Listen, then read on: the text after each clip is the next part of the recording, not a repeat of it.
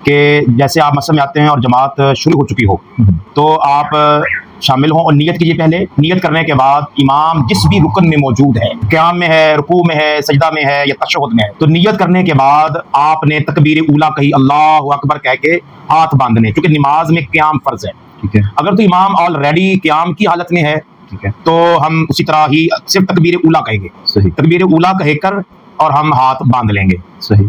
और फिर आगे क़याम के बाद जो भी उसमें रुकू आएगा, सजदा हम कर जाएंगे। अगर इमाम साहब क़याम के अलावा किसी और रुकन में, इसके अलावा क्या बनता है कि इमाम साहब रुकू में होंगे। सही।